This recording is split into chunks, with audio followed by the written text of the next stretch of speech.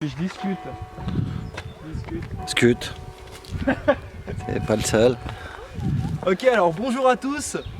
Aujourd'hui, petit tutoriel tronçonneuse et abattage. Alors je tiens à prévenir tout le monde, je ne suis pas un professionnel, mais je fais un petit peu de bois de chauffe pour la maison et pour les loisirs. Et aujourd'hui, on a déjà abattu quelques arbres ici.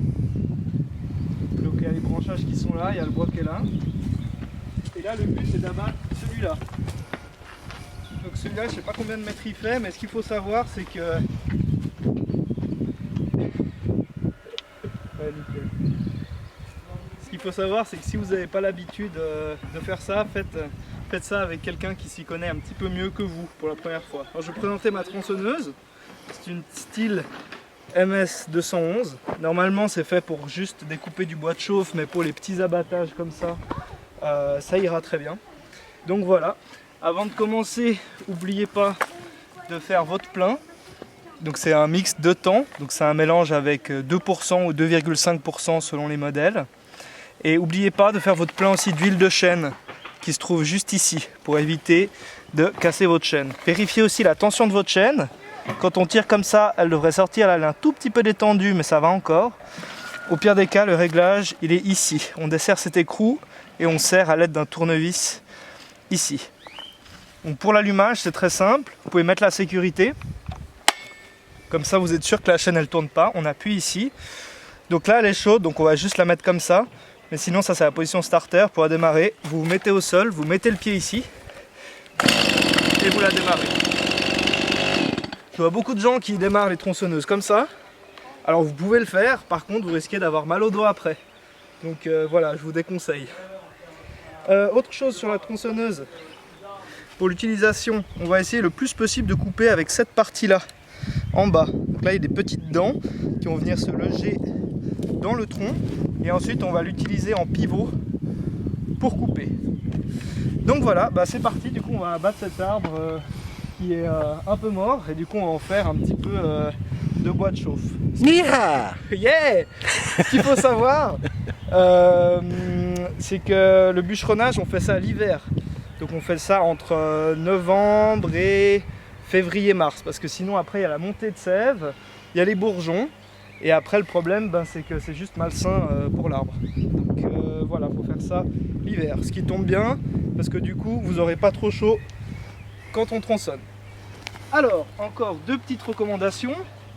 Alors moi j'ai des trucs, j'ai un accoutrement de sécurité vraiment extrêmement basique. L'idéal ce serait d'avoir un pantalon avec de la laine dedans pour stopper la chaîne en cas de mauvaise manœuvre. Moi ce que j'utilise, en tout cas ce qui pour moi est primordial, c'est des chaussures de sécurité. Moi je mets une casquette au cas où il y a des petits débris, les lunettes si jamais vous avez des branchages qui vous arrivent dans la figure, les pamirs pour le bruit, protéger votre ouïe, et des gants, parce que quand vous manipulez la tronçonneuse, ça fait beaucoup de vibrations. Et du coup, les gants c'est pas mal, surtout que il faut souvent dégager des branches à gauche, à droite. Donc voilà. Alors là, on va faire l'entaille de base. Donc on va faire une coupe donc tout droite et puis à 45 degrés au-dessus sur un tiers de l'arbre, dans la direction où on veut qu'il tombe. Là, ça tombe bien, on a la place qui est dégagée, du coup, on n'a pas de souci. Du coup, c'est parti. Allez, je fais péter.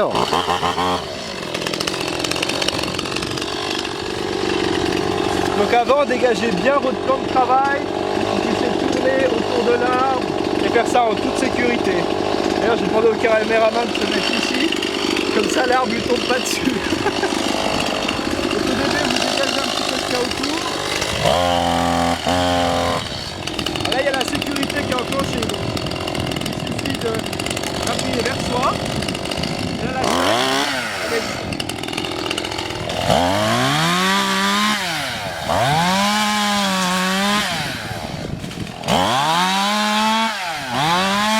Voilà, là on va faire la coupe à 45 degrés. Donc ce qu'on fait, c'est qu'on va planter l'écrou ici, dans l'arbre, et ensuite on va simplement pivoter. Donc on met en gaz.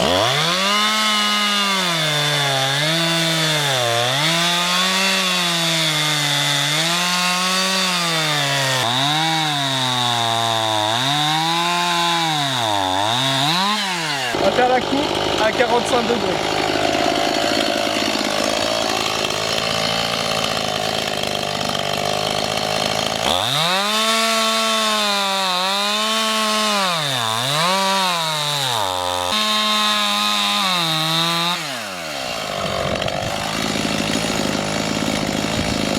Et voilà. Donc là on a l'encoche qui, je l'avoue, n'est pas très propre.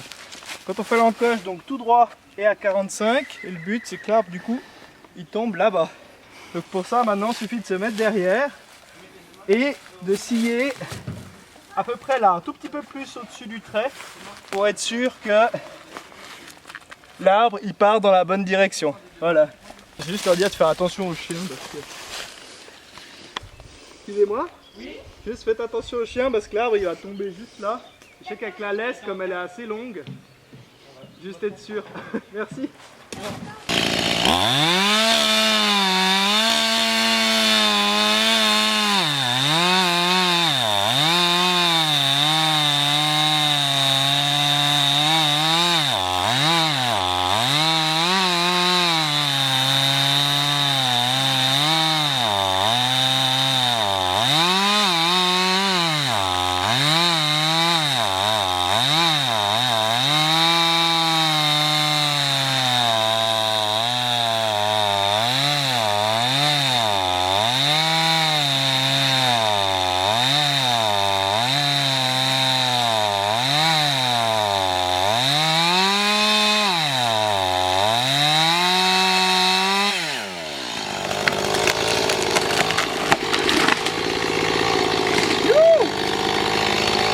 Donc une fois que vous avez abattu votre arbre, le plus important c'est de le débiter.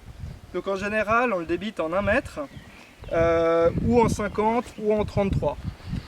Moi dans ce cas de cet arbre là je vais le faire en 50 cm. On a une bonne longueur, c'est une taille de tronçonneuse, c'est à peu près 50 cm parce que mon plateau il est de 40, il commence ici. Donc en gros on prend à peu près là et on coupe et on coupe. Le petit risque c'est que vous voyez, venez avec moi. Ici on a une branche qui est appuyée au sol. Donc venez pas couper cette branche là parce que ça peut faire un effet ressort et vous pouvez vous prendre tout l'arbre dans la tronche. Donc on va commencer par toutes les branches qui ne sont pas au sol. Donc on va couper ici, ici, ici. Il faut bien observer que toutes les branches que vous coupez n'aient pas un lien de tension avec le sol. Comme ça au moins vous êtes tranquille. Donc voilà, c'était tout pour aujourd'hui. Donc à bientôt pour une prochaine vidéo. Ciao les gens!